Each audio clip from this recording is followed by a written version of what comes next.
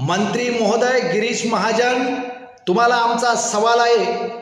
महिला विधेयकाच्या नावाने ह्या महाराष्ट्रामध्ये तुम्ही तांडव निर्माण करण्याचं काम केलं।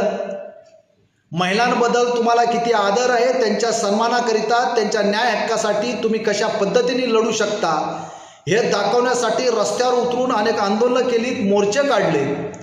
आणि दुसऱ्या बाजूने त्यामधलीच एक महिला 11 मे पासून आझाद मैदानावरती उपोषणाला बसलेली आहे, पण तिच्या उपोषणाची आजपर्यंत दखल घेण्याचं काम झालं नाही। हा महिलांमध्ये दुजाभाव का होतो हे सर्वसामान्य जनतेला समजणं गरजेचं आहे।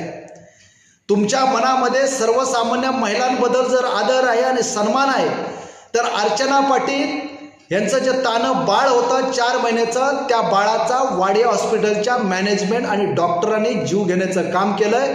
म्हणून त्या डॉक्टरांवरती आणि मॅनेजमेंटवरती कारवाईची मागणी अर्चना पाटील यांनी केलेली आहे।